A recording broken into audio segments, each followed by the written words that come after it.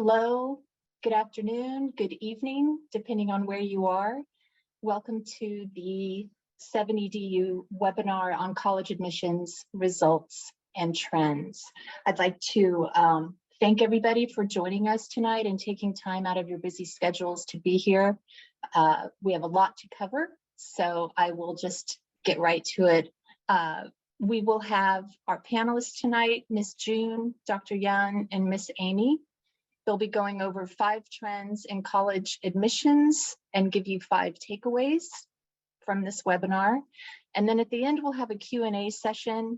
And during that time, if you could please type your questions into the chat box, and we will try to get to everyone's questions. If for some reason we don't get to your question, you can always email us or contact us with any questions you might have. So with that, I will hand it over to Amy. So I'm sure that everyone this evening wants to learn more about the 2022 college admissions trends. And as Laura mentioned, we're going to be talking about 5 trends and 5 takeaways. And we hope that you will come away with this with some knowledge and clarity on what many people claim is an increasingly confusing, unclear, and perplexing college admissions process.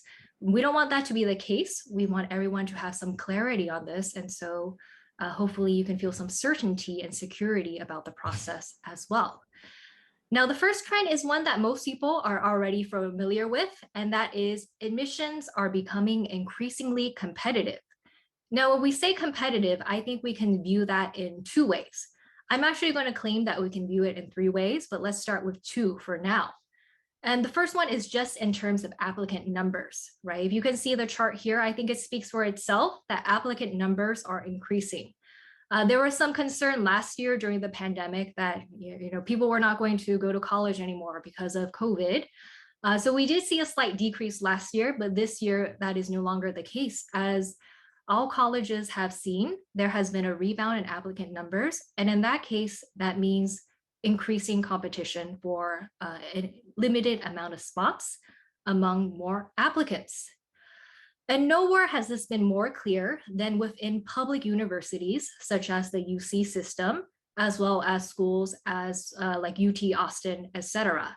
So UC Berkeley and UCLA both recorded record highs for the second this year. So last year it was a record high. This year they broke those records for a second straight year. So as I think we can all tell, selectivity is currently very focused within the public universities, that we're seeing an even greater increase of selectivity among the public schools. But that's not only restricted to the public schools, because within the private universities, we're seeing a similar trend. So I've taken some admissions data from Johns Hopkins University. You can see that across the past 7 years, we see an increasing amount of applicants and a increasing amount of selectivity, or I should say decreasing admissions rate as well. This is the same for MIT, although perhaps the selectivity, the decreasing admissions rate is not as apparent simply because it was very low to begin with. Similarly for places like Brown University. And I think one university where this is very apparently seen is the University of Chicago. So you can see that among these trends, the number of applicants has increased significantly within the past years, as well as an increasing amount of selectivity. So what does this all mean? Well, this isn't all doom and gloom to let people think that, okay, well, colleges are becoming incredibly selective. Competition is increasing. But I do think it is good to be aware of the current circumstances, which is of an increasingly competitive and selective landscape. However, I think the numbers may not reveal everything that perhaps June, Dr. Yan, and I know from our personal experience. So I do want to share one thing from my personal experience before I open it up. And as a counselor, although I do see the increasing applicant numbers and the decreasing rate of admission, one thing I've noticed in working with students is something about the caliber of the students. And that's not to say that I think the students currently are of a higher or lower quality from previous years, But what I personally am seeing is an increase of what I would call the cookie cutter candidate. And these are candidates that on the surface level look very, I would say, competitive, right? They have high numbers, they have a good GPA, they have high SAT scores, they probably have leadership within community service projects. They may have even done research if they are STEM oriented. They probably do community service.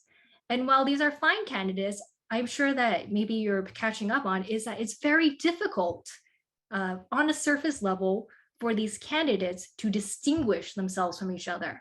And I think one way that applicants have reacted to the increasing competition is following this misguided belief that if you follow a list of criteria and a checklist, you are more likely to be guaranteed admission. And we do not here at 7EDU believe that is the case. We think that a student should be focusing on their own individual passions, interests, and what makes them unique.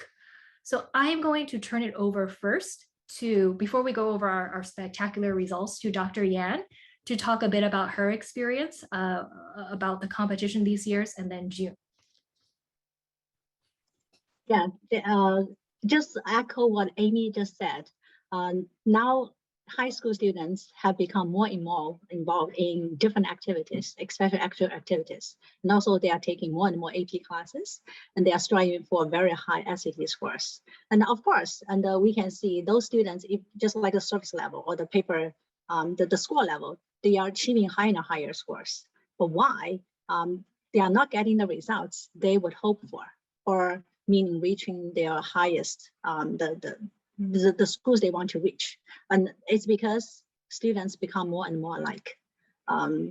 We at 7EDU, we really want to discover student unique passions. We, in fact, with all the successful students we have had, and we noticed that they all have their very unique strength. And then, but even if we tell you their path, and you probably cannot copy their path, because those paths comes from their own inner drive, their own passion, and you really cannot stop it. You cannot copy it. If it's not your passion, if it's not the student's passion, you really cannot achieve that level. And then just based on our last successful this year round, and also the year before, and also the previous years, we have seen students. We kind of can foresee the student will have a successful application, just because with the few years we have been spent with the students, we can clearly see what the student have grown into a very unique person with his or her own strength. And of course, the student work very, very hard to achieve their goals. Mm-hmm. Yeah, I think that's very true. And in case those in the audience don't know, Dr. Yan's students have been admitted to Yale and MIT. And June herself has spent many years helping students determine what their passions are and guiding them on a path to success. So June, do you want to add to this about the increasing competition? Yes, I think today we're trying to talk about what we're going to do, right? Giving solution, giving inspiration to parents. But we need to realize something. So the Ivies or the top colleges are only matters to the 10% of the students. 90% of students are out of this game. So I think we need to more focus on how to guide our kids into the fittest school instead of, rush to the top school and got frustrated and got rejected or waitlist and stuff like that. So for example, last year, we know one school, there are like more than 50 students apply ED Cornell. Think about it. One school, more than 50 students apply ED Cornell. What will be the result, right? So we really need to know what is the situation for your kids, like for the students. Academically, extracurricularly, you have to think about in the both way. And after you map the students and you can see where is the rightest place, where is the fittest place, that's where we need to do first. So every year we say the number is, become tougher, become the rate is like getting hopeless and hopeless, right? So I feel like instead of thinking about it all goes to, all going to top Ivies or top 10s, we need to think about in a different way. So let's put them into the different category, right? The first category, people really want to go for the top 10s, right? Because you believe that your kids belongs to the top 10 of the students. And that's one story. And Amy already mentioned, you can't really follow the formula using the cookie cutter to train your kids, right? So I know one of the parents just kind of like listen to all different seminar and it gave me the list and it says like, what am I gonna do?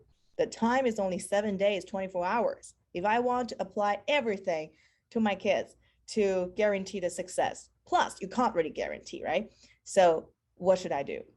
So I think we kind of like ignore one of the biggest truth or fact is like, they're not looking for a perfect student. You can't train your kids to be a perfect kid. So if you are running on the direction that you want to train your kids to be perfect, you push, full GPA, competition, more and on more and more and more. And then eventually it's gonna be like like Luisa, like the big sister in Encanto, that movie. If you want to watch, every day right now my students discussing about that movie. So it's too much pressure. So what are they gonna do, right? Yeah, that's kind of like the main tone of today's seminar. We want to give solution for different students and parents in the different situation. Yeah. Mm-hmm. And that's not to say that we haven't been successful. So as June mentioned, we've had 3 offers to MIT this year, as well as offers to Caltech, Brown, Northwestern, CMU. As you can see, all the logos listed here. And I do think maybe we can tell a bit about their success stories and how we help them realize the success very quickly. So for me, I will go over one type of student, and that is the clear STEM-oriented student. And this was one of the students who was admitted to MIT this year. So you may be wondering, okay, well, MIT, very selective. How did they get in there?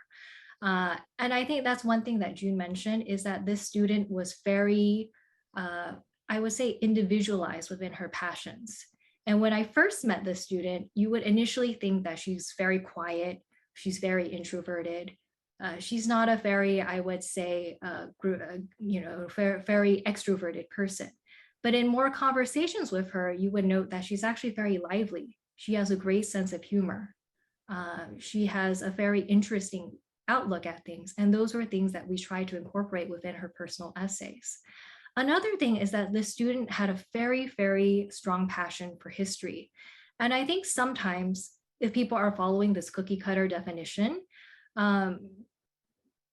students may be discouraged to follow certain passions because it does not fit within the box. And I think that is the wrong direction to take, because one of the first things we told her was that her passion for history was great and that it would actually make her a better scientist.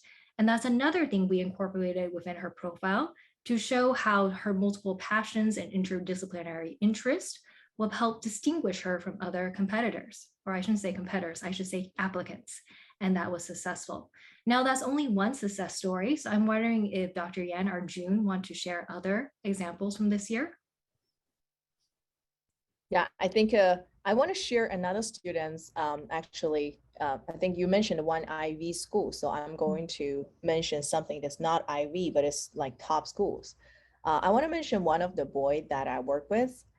So this little boy come to me in the 10th grade. So actually when he came to me without any activities. So literally there is empty. I remember, he filled out the, consultation form with nothing there. I thought like he didn't want to fill in anything. So I was talking to him. He was like, oh, I didn't do anything. So, ninth grade, and I'm going to 10th grade. So yeah, here we go. That's why I need a counselor. So without any planned activity and very like ordinary or average GPA. So end up, he went to apply, different colleges, and the top one, actually his dream college is NYU, but he just always say like, oh, forget about it. I don't think I can make it, because many of my friends, they want to do. So when I look at his, interest in business, by the way, and when we plan out the activities, and actually I found like, if you want to make the story to be completed, you have to really base on the interest and personality, and overall, you have to, let's say you have to plan a story. So we always mention a successful application is something that you can show the image by only providing the profile of the students. So when you look at the transcript, the activity list, the essay, right? So you actually can picture what the student, what kind of person, you can create an image immediately. So what is called a bad application? So when you look at the application, when you look at the profile, you just feel like, wow, a lot of accomplishment, but you can't picture, you can't have the image of the students. So that's called like a bad application. So come back to that boy. So that boy eventually got into NYU Business School, and with no AP at all, from average, like just a normal public school. And because the activity he did is quite different. So what he did, I think a lot of people are interested. Actually, he just got a part-time job. And that part-time job lasted like for two summers, starting from 10th grade and 11th grade. And he's still, working there. So why one part-time job change everything? No, it's not. It's because when you take the part-time job and how you can grow your passion, grow your personality, grow your interest through the intern that you took.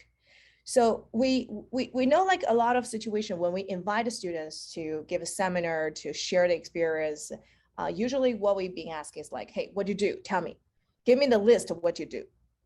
So it sounds like if you get what they do, you will get there. For example, maybe today after I say the part-time job, and many students gonna go for a part-time job, right? So that's not how it works. So 2 or 3 students do the same thing, I can tell the difference. For example, yesterday is actually the one deadline of a business competition. So we really not a competition lover, we're not like really favor all the competitions, but some of the competition really fits the situation, So we encourage 7 students to join. End up we'll only have 3. We feel like they had a chance, so we don't want the rest of the waste of time. And among the 3, maybe one of them will really start a business through the business plan. When you coach the students to doing the project like that, you can see who can get there.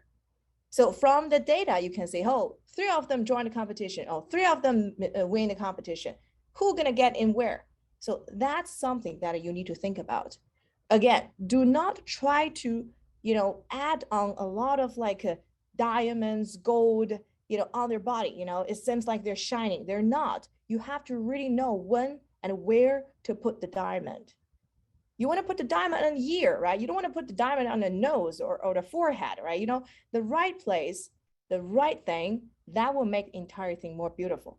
It's kind of like a dress, you don't want to go too much. You don't want to be like overdressed. And then you don't want to be like, not really qualified, right? You're like no underdressed, right? So you want to find something perfect, the perfect for the situation, but you're not trying to put all the valuable things on top of them. Yeah. So I think Dr. Yan can share another story from the other students who got in MIT this year that surprised everybody. Yeah, I think sometimes as parents, we have our timeline, right? So we say, okay, now this is time for you to do SAT, and this is time you need to prepare for AP, and then for the competitions that we think the kids should join. But just like June said, you really have to look at the kids' unique situation. Actually, 2 students, one this year and the one previous year, and both students were not following the parents' timeline.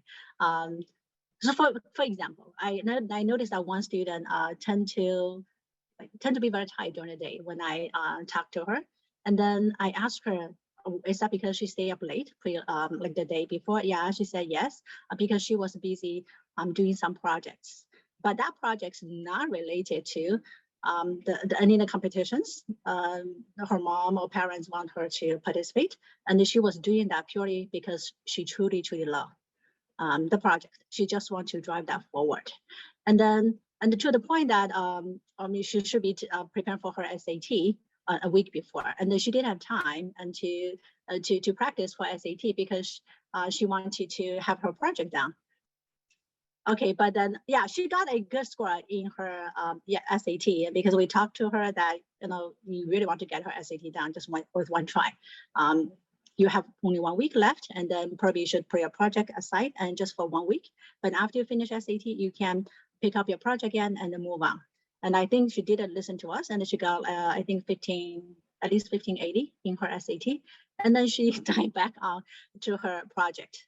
I think college really can see her passion, right? And those college admission officers they have very sharp eyes. They really know who have the true passion. They can tell by looking at the activities or the student essay.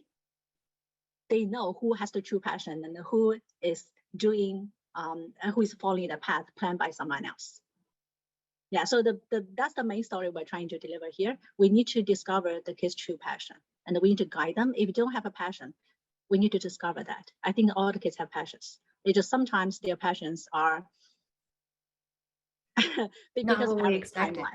Yeah, they are not accepted. Yeah, that's very true. Oh, go ahead, Jane. I agree. I want to add on a little bit. So I think for the parents who belongs to the 10%, like the kids belongs to the top 10%, should be more careful, because actually these days I know like many parents talking about, the bad result was like surprising result, not like bad, but not like as good as expected, right? So that belongs to the 10%. So everybody thought the kids like that should get into the top. Why they didn't? And even I got messages, parents want me to analyze. There's like a forum, they talk about the different scenario, the parents feel shocked, feel like disappointed. So I feel like for that very amazing top 10%, everybody's same, top GPA, high GPA, like very competitive activities, very amazing, resume. You can't really tell like who to pick, right? So we talk about the niche, like what is the unique part? We talk about the uniqueness that belongs to the 10%. But if for 90% of students, so actually, if you work a little bit on the uniqueness, if you create more your image when you do the application, you had a chance actually to win or compete with those 10%. So that makes sense. Like some students, they had a B, they still got an MIT. Some students straight A, all like, AMC, blah, blah, blah, got it rejected, right? That makes sense. So you need to create the image. I feel like when we look at all the successful stories, we look at what they did, we forgot to look at into what accomplishment they made or what they learned from it. If you ask two students to do the same thing, one of them may tell you a lot about what they learned, what they think about it, because there's a thinker, right? The other one may just tell it like, it's fine, it's good. So they may not be able to tell. So, and when they in the end, like do the application essay part, they may not be able to put inside. So usually what I saw, like the not a really successful case is like they did a lot of activities. They don't even know which one to put because too many. They can't really even fill in the 10, the categories. And at the same time, they just say, hey, when it's essay time, I'm going to ask several people to edit my essay or better someone from the college, or get into the top schools, give me some advice. So everybody knowing a part about you, nobody know the whole picture about you. So my question is, can you see the profile? Can imagine what kind of person they are? Why the college doing an interview? Do you feel like the interview is a waste of time? Some parents, they feel like interview is like waste of time because all the kids have a really good experience for the interview. Some of the admission even tell you, wow, I think you're the kids that the college is looking for, especially Columbia. They're very positive feedback. So make my students feel like I'm gonna wait, for Columbia's offer because they gave me a very positive feedback. But you didn't know they're telling this to every student, almost every student, They won't tell you like, hey, don't think about it, go for others. We don't give it to you. They won't say something like that. So why after the interview, you got a rejected or waitlist? It's because when they see you, they can't connect it with the image that they created when they saw your profile. That's a big disconnection. And I realized a lot of parents, they didn't notice that. Yeah. So that's why if your kid is a shy person, you don't force her to write a passionate essay. You try to edit, to show the personality is like so tough, so passionate. And then when they see the real person, that would be that, wow, what happened? I have so many question marks because I can't connect this person with a profile, with the essay. So that disconnection, you don't want to create it. So that's why we say a lot of situation, you make a lot of effort. You need to make sure the effort is on the right direction. Otherwise, you are doing the opposite way. Yeah. Yeah, I think that's very true. So I think to sum up, one, I think our role as guides and even parents isn't to control the kid, right? It's to guide them. It's also not to force them into a specified mold that someone else created. It's to help them realize what their own individual interests are so that they can develop as their own person. Really, it's just don't force them to be people they're not. They don't have to be someone else to be successful. Actually, the best way to success is to kind of amplify their innate talents and strengths that already exist. Okay, so another thing we wanted to hit on for trend 2 is that test optional does not mean exams are not important. I took some admission data for MIT. I'm not going to go over this in too much detail, but from the stories and from the data, we do know that the majority of students still submitted SAT, ACT scores, even when it was test optional. And as you can see through the admission distribution, SAT scores still do make some of the difference. And I think this year, MIT has reinstated their test requirement. Does anyone else want to add to these slides? Okay, so being optional does not mean it's blind, right? We need to know the Yes. difference between test blind and test optional. Test optional means that they give you this opportunity to demonstrate your ability if you want to take advantage of this opportunity. But if you don't submit, that means you are telling them, I'm not taking advantage of this opportunity. Yeah, so optional for students, I think who wants to strive very high, it's kind of required. Yeah, I would agree. Test optional is not the same as test blind. There are very, very few test blind admissions processes. Another thing that we notice is this year there are quite what we call hot majors, one of them being computer science. In certain universities, the admit rate for computer science was incredibly low this year. This is also the case. So this is from CMU, right? So computer science, 7%. This is from UIUC. So engineering is one of the hot majors. I know Dr. Yan had quite a few students that wanted to apply within these majors as well as June. Do either of you two want to add to this part? Yes, so there are more majors other than computer science or computer engineering. I know like some of the, the parents maybe want the kids to try something different. When they get into college, they can, either change major or do whatever. My suggestion is if you're really passionate about a CS, so you may want to think about the different way to show you are different, right? Why they have to choose you. A lot of situation is like, of course, that's the foundation. You have to train your skill set very solid, right? You need to code very well. You need to have like very strong coding skill. But other than that, if you really want to go for the top, right, you need to think about what's missing. I actually deal with one of the students and who just literally wanted to go for computer science, no other interests at all. So the biggest challenge for me is how I can change the mindset of the students to get into, the different level, because everybody else is coding, like they have an excellent coding skill. So who gonna be the one to get in? So I think this kind of like fit everyone who is interested in computer science.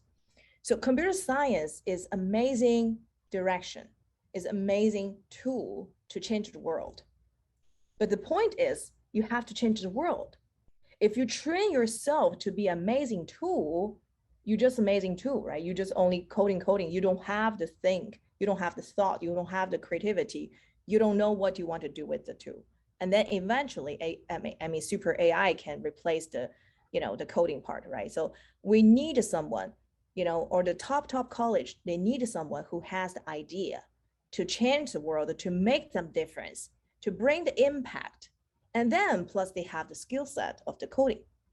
That makes sense why my students has like a history background or psychology background or biology background to go for computer science, they got accepted.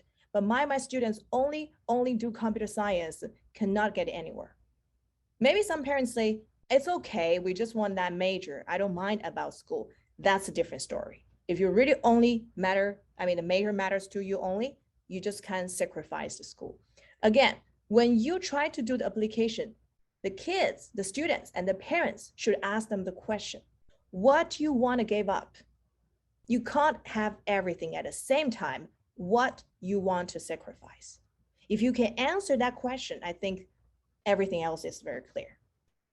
Yeah, I think one reason if we see the admission rate is so low for engineering and computer science is mainly because the sheer number of applicants, just like the general average admission rate, because the schools can only accept so many students, right? If you have more students applying for those majors, and of course you will see the percentage, the admission rate drops significantly. But just echo what Jane said.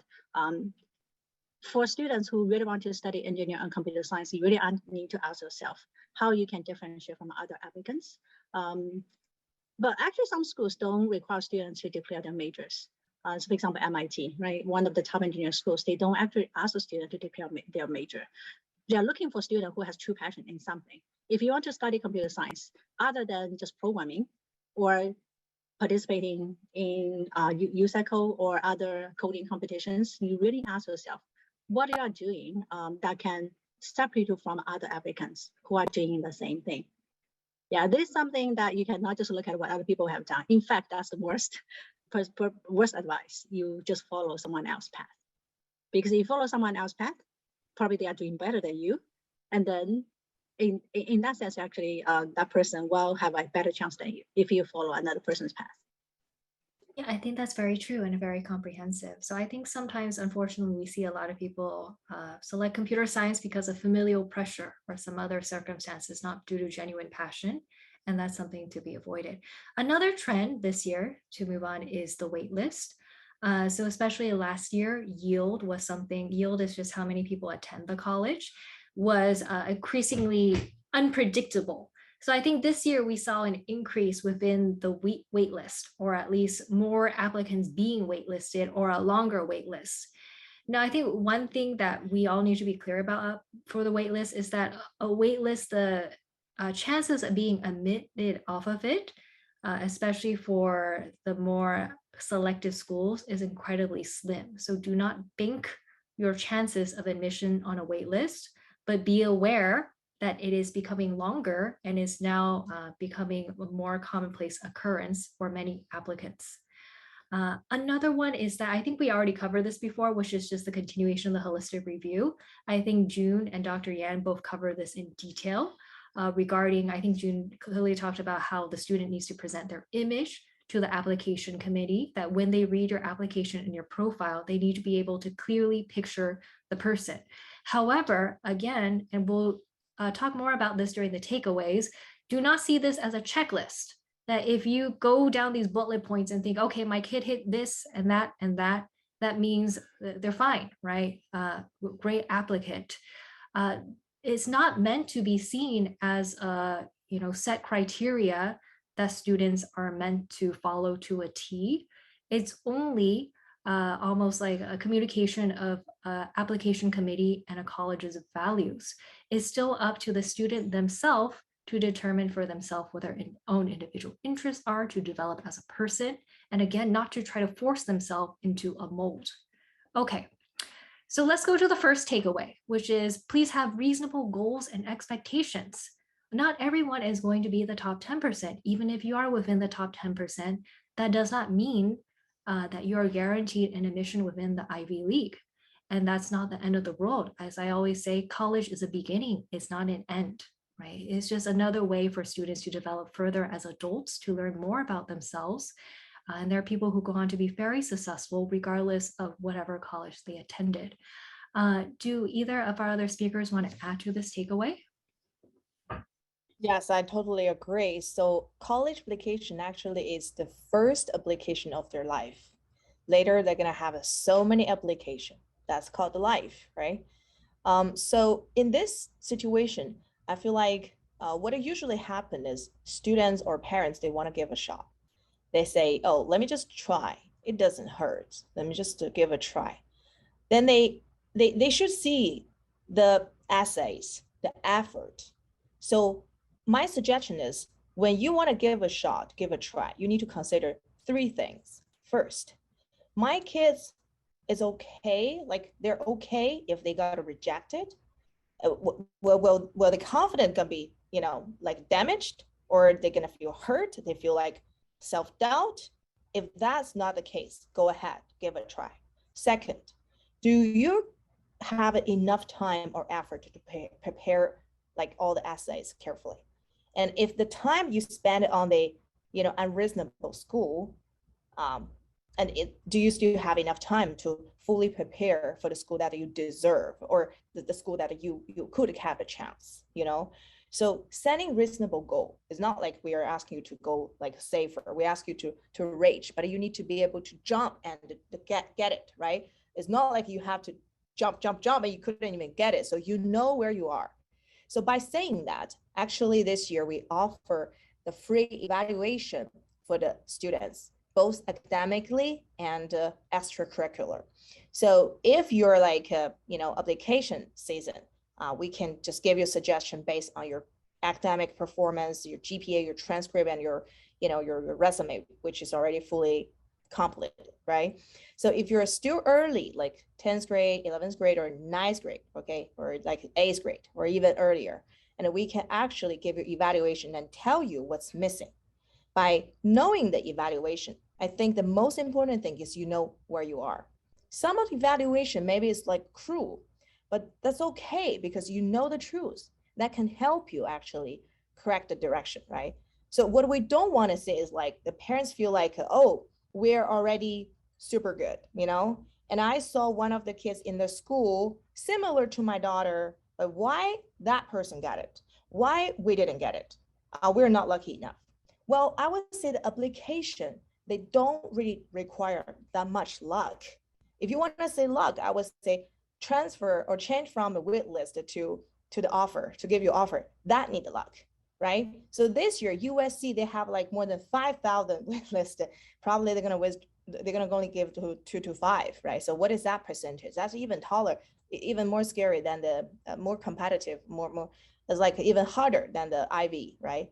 So I feel like you just need to put effort, knowing the strategy that can guarantee a good result. Yeah.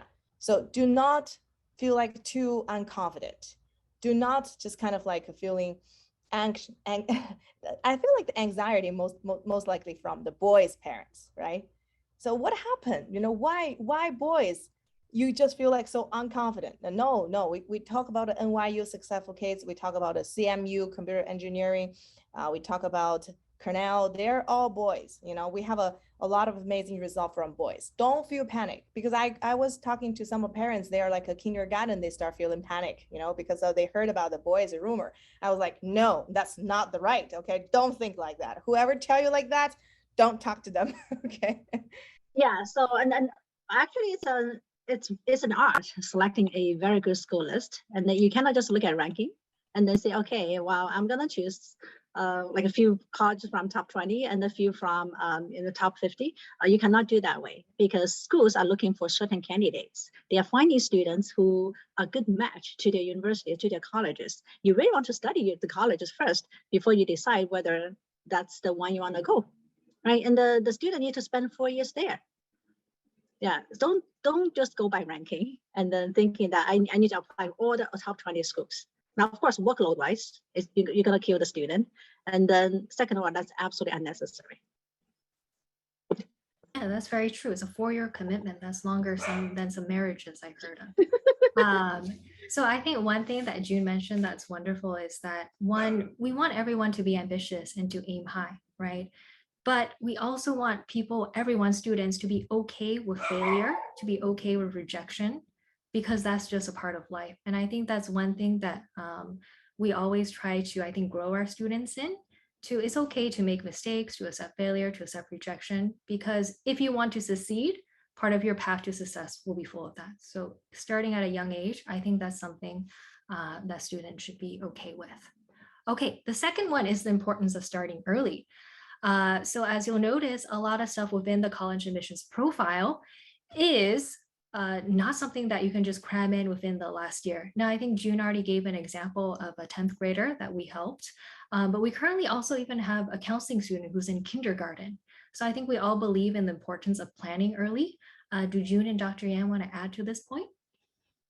Yes. I think the kindergarten is I think I don't want to make parents feel like, oh, we're late, you know. So we don't take students earlier than kindergarten. I'm sorry, you know, no preschool, no baby. Okay, I'm kidding. Okay, so the thing is, when the parents don't really know too much about, you know, the whole entire American education system, or you never had a chance to go through the entire elementary, middle school, high school. So actually, there are a lot of things that you can't be aware, right? So that's the reason, you know, many of the parents, they just kind of like using this way to guide them to coach their kids. So this is not like something they are so ambitious trying to climb, you know, the Ivy. That's not a case. So because of that, okay, we were talking about, you know, when we're doing the counseling, we saw so many students. And one of the things I remember with Amy and with Dr. Yan, with all other counselors, we usually says, hey, we wish we know this kids earlier. Oh, I wish I know you 1 year or 2 year earlier, you know? So that kind of like feeling, so kind of like motivate me to create something as early as possible to help them to see the bigger picture. This is not for college.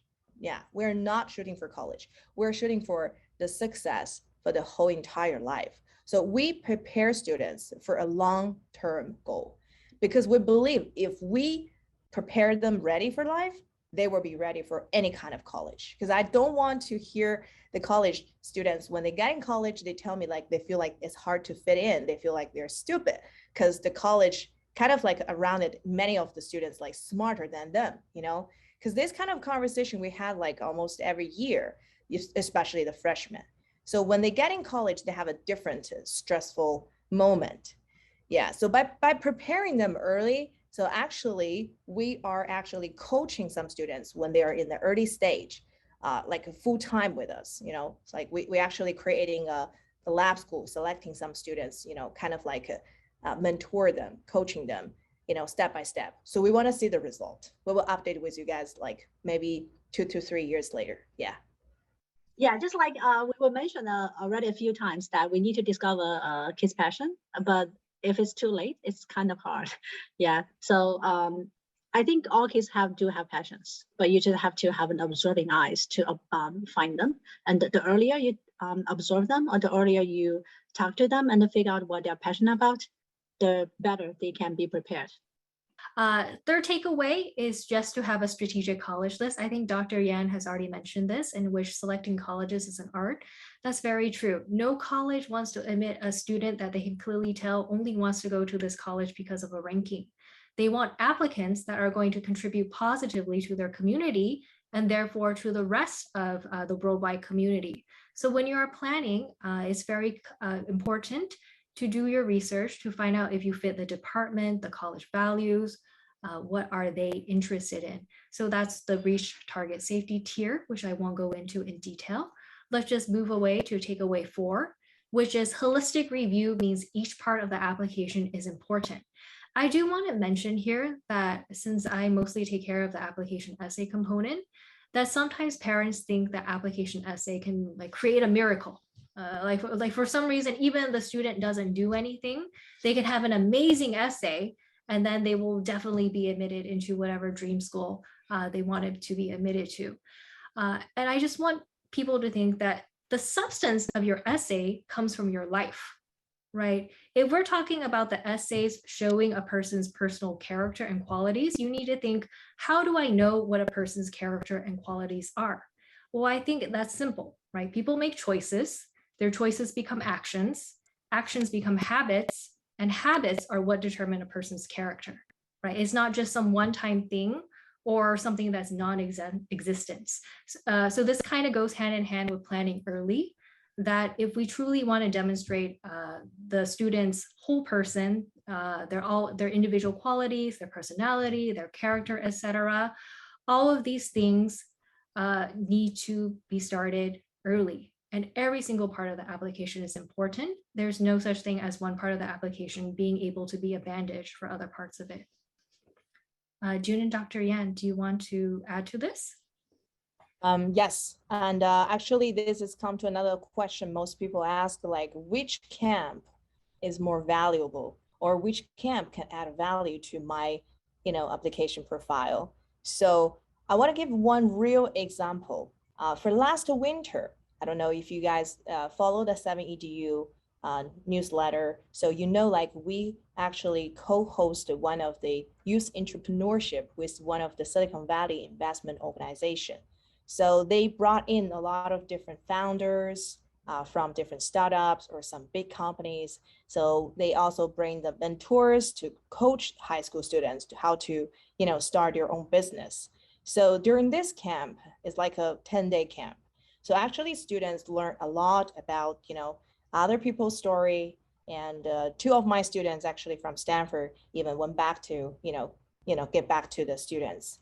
So they saw their role model. They saw those like founders, and then they actually, dare to try something. So one of the team actually bring the business plan, and later when they joined the business competition, and he was like so, passionate about it. So the interest or the pattern, it just definitely based on the experience. So when you want to create your kids' own storyline, you want to create their unique image, you need to be able to look for the opportunity to let them to try, to see their interest, to grow their passion. You don't ask them, what do you want to learn? They never know, and you don't need to know, right? But if you don't know, you don't know what to do. For example, what do you like? I don't know. What do you want to do? Of course, I don't know, right? So by narrowing down, by trying so many different things, you as a parent should know. You can tell on what situation they're doing better and what situation they're not doing good. Don't be afraid like they're they're making mistakes, right? Because one of the important question, the prompt in the college is about your failure, your setback, right? To talk about what you grow out of it. So that's a lot of situation we have no materials to talk about. Yeah, you don't want a situation happen like that. So the situation for the past 19 years told us, as long as the kids has experience, they learn something, they think through this, and most of them, they have a good result, even they struggle in the school, even they have a B, so don't feel panic they have a B. And your school B may not means like that of the end of the day, because you have other different situation, right? And especially right now, the school, they don't really give you evaluation. They just tell you great job every day until one day you get a surprise, right? So you really want to give evaluation. I mean, at least the parents should understand where the kids are, what help they need. Don't rush for math. Oh, math, everybody for math. Okay, let's go for AMC. Okay, now is a first grader. Okay, math, that's training. Okay, what's first? Kangaroo. Second, AMC. Okay, let's do 8, 10, 12. Okay, just never do that. Think about what is our school activity. Math, learning Chinese, piano. Okay, I'm not saying like they're not good. I'm saying like, if everybody thinks same, how can we educate or coach a unique kids to grow in a different pattern, So that is something I feel like as a parents, we need to think about it. Yeah. Yeah, definitely. Dr. Yan, did you want to add anything? Yeah, I think just want to use this opportunity to answer a question from a parent, and he sent the question in the Q&A panel and also in the chat. So is attending college level course in a summer pre-college program in top university campus a good idea? I think that's related to what June said regarding some activities. So let me rephrase the parent question. So what do you consider, what's the definition of good, right? If you are thinking if learning is good, and of course, giving the student the opportunity to learn about the subject at a college level will be a good learning opportunity for the students. But then again, you need to ask you why the student is taking the summer course. If you're thinking the definition being good is how much it can help the student with college application, but that's kind of debatable depending on what student can get out of from that. class, right? So by taking the college level class and the students suddenly become very passionate about a topic and they start doing his or her individual project related to topic, and that would be a very good idea. But if after taking the class, the student will basically sit in the classroom and participate very passively in the classroom, and then probably it will not help much in terms of college application. Yeah, so I think every learning opportunity can become become a drive to help student develop his or her passion or his or her interest. We just need to guide them why they want to take the class, and then how should they participate in the classroom, and then get best out of that college experience. That's very true. Motivations are important. You never want a student saying, you ask them, oh, why did I do this? And the response is, oh, my parents told me to, or my counselor told me to. They should be able to communicate their own reasons and their own interests within that.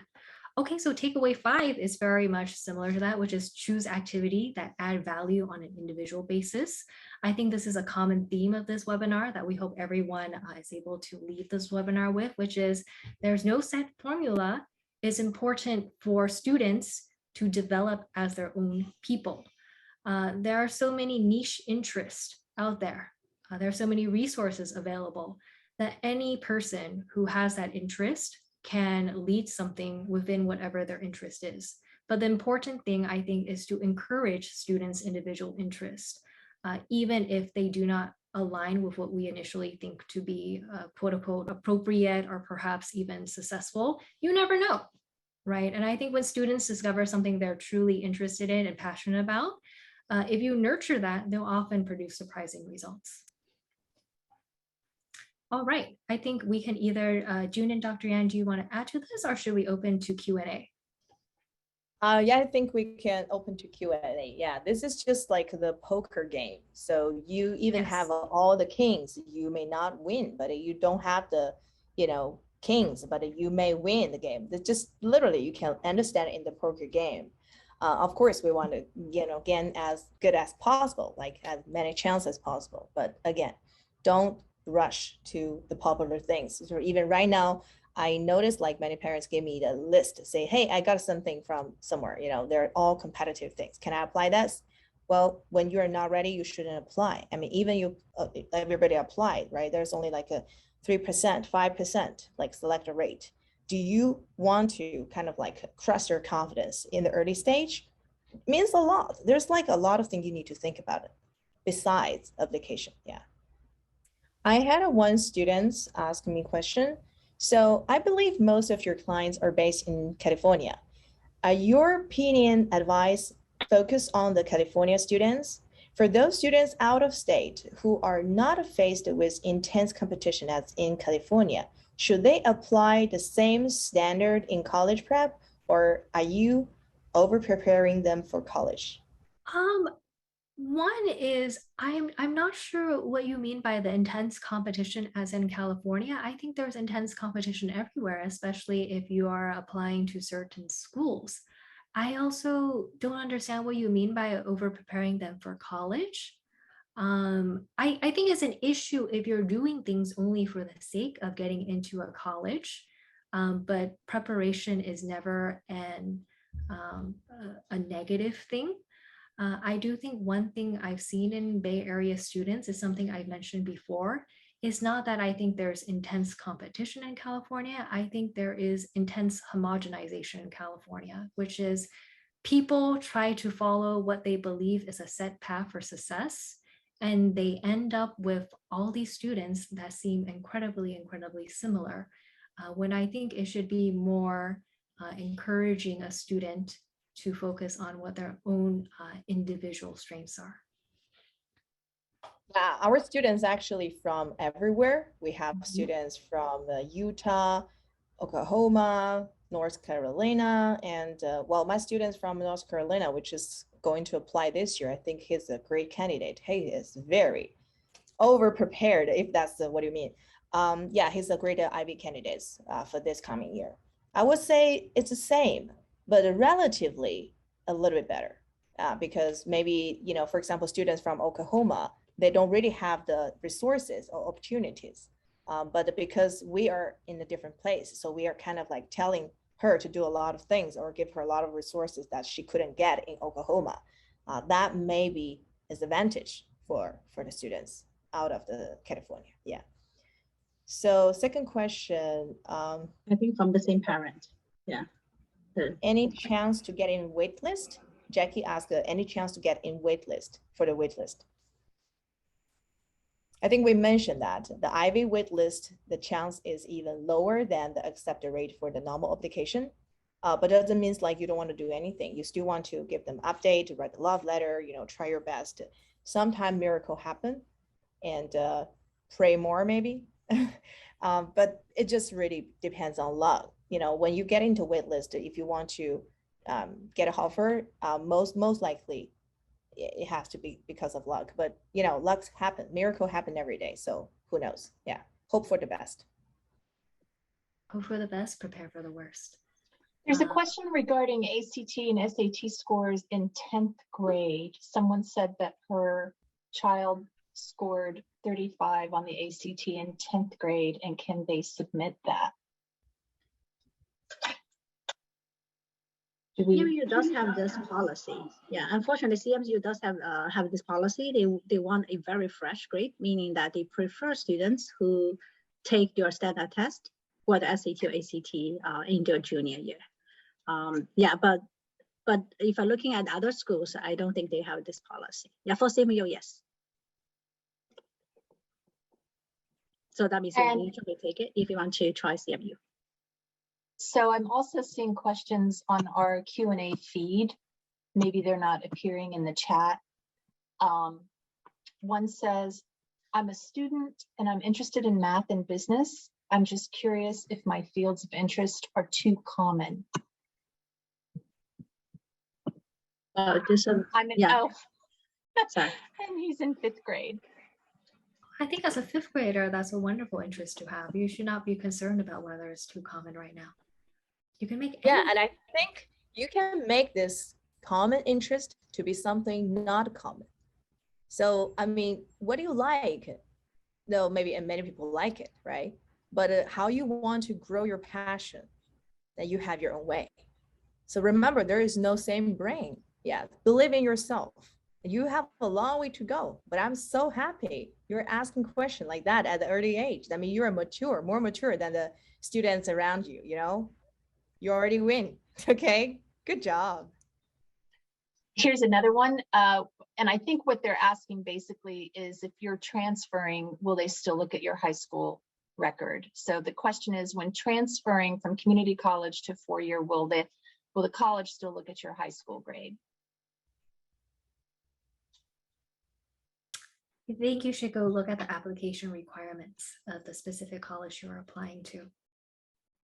If you didn't go to your dream school, you can always do the transferring later on, and it's actually easier than applying as a high school student. Is this correct? I don't believe so. I've known a few people who transferred. They were very few and far between. I do not think transferring is always an option, but I don't think it's a good strategy to think, oh, I'm automatically going to be able to transfer out into a better college, because it's also quite competitive depending on the school you're applying to transfer for. Yes, and also you need to think about what may missing. Okay, again, this is a trade-off, right? You need to think about what you want to sacrifice. Well, there is no easy way. Yeah, if you're looking for easy way, you may feel disappointed because there's no easy way. So when you do transfer, you lost 2 years, knowing someone starting from fresh year. So when you join in like 3rd year of the college, so you may feel like it's hard to fit in, like what my students mentioned before. So that's maybe something you want to think about before you do anything. Yes, transfer, they have like top 10% for transfer. Not everybody can transfer, right? So you still have to continue work hard for another 2 years. So why don't you just work hard at the beginning? Yeah, that's my point of view. Just get things, the harder way usually is easier. The easy way usually takes longer time, it's more torturing, it's harder actually. Yeah. Here's another question. Is pre-med just as competitive as computer science? Depends on which college. If you want to go for the top college, same. Okay, a lot of students try to get into college with a different major, and when they get in, they try to transfer. But I would say the college already know this trick. Maybe like 10 years ago, it works. You want to study history, and then you go back to transfer to computer science 10 years ago, but now no longer. Yeah, so just look for something that you like, you know. Yeah, also that depends on the college itself. Like I said earlier, actually some top schools, top universities don't require students to take a major. So when they admit you, you have the freedom of choosing whatever the major you're passionate about. But of course, that criteria is also very high because since you have the opportunity of going for any major, right? So you need to be ready for any of the major that you later declare after you land on campus. Yeah, so you have to look at the university by itself to see whether they require you to declare major or not. I saw Linda says, ask how do I help my kids find their passion? It depends on how old are your kids and if it's like old enough. Because usually we have several sessions for the kids. When it's like before 6-year-old, and actually you had a chance to help them, you know, find their pattern, at least you need to connect with them. So starting from like 8 and to 13, that's a different way. And from 13 to their 18, they need someone else, not parents anymore. They need a role model. They need a coach. They need a mentor to help them out. So I think different stage, you need to look for different support and help. But one thing important, so find a passion or may not find a passion, at least you need to let them be clear about the goal. You know, some of them may not find it. Maybe the parents told me like, I'm like 40 years old. I couldn't even find my passion. You were telling me to find my kid's passion. Passion does not exist because I didn't even find it, right? So yeah, different situation. You have to think about it, but giving them some like, you know, positive encouragement. That's what the parents can do, especially in the high school. Yeah. So we have a couple more questions. What's your opinion for second language? Is AP Chinese a bad choice? I think that's a question I've been answered and analyzed for all the past years. I'm happy you asked, you know, because not AP Chinese, but a Chinese. I believe like if your first language is not Chinese, maybe you want to do AP Chinese as one of the courses that is not like really add on the load, plus you can get a higher score. If that's the purpose, yeah, you have a one AP Chinese, that's kind of like okay, but it's just a second language. What do you mean good choice or bad choice? Whatever you like. I like Chinese. I want to speak Chinese. I cannot say, oh, AP Chinese is the bad choice. I'm going to learn French. I'm going to learn Spanish. I don't like it, right? So this is just a second language. It doesn't really matter that much. And I really don't like someone just kind of like analyze those like a super, super detailed thing to bother you, to make you feel like a hesitate to choose. Well, focus on the big picture. That only matters. No admin gonna just looking at you. Oh, he chose AP Chinese. I don't like this. No, okay, just forget about it. You choose whatever you want to learn. You know, if your parents Chinese, you want to learn Chinese, go ahead to do it. But the thing is, like I have students who learn AP Chinese. They couldn't like get a 5. They told me that's hard. They feel like the Spanish is easier to get it. It really depends on the students. Yeah. For Ivy school, is it true? If you don't indicate the major, you will get a better chance. Ivy school, same. Yeah. You tell them, you don't tell them, everybody want to get in. Just how many people want to get in? Everybody. Some people even get in, want to learn like non-named major. Right?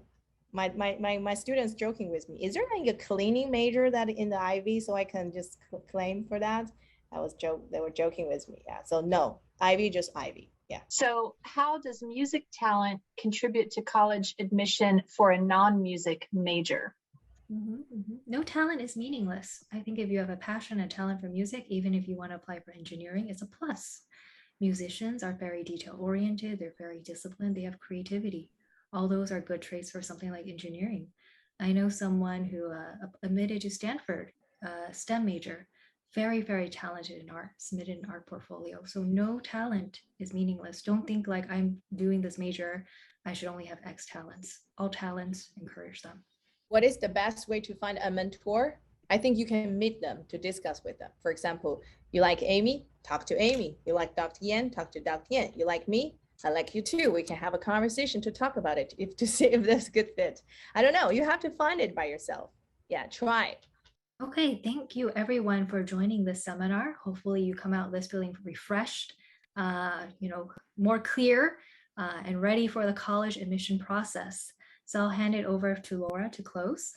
Yeah, just a couple of things. Thank you everyone for joining us. And we have on this last slide, a couple of items to keep in mind. Right after the webinar, you're going to receive an online survey, and we would love to get your feedback so we can have more webinars like this on topics that you're interested in.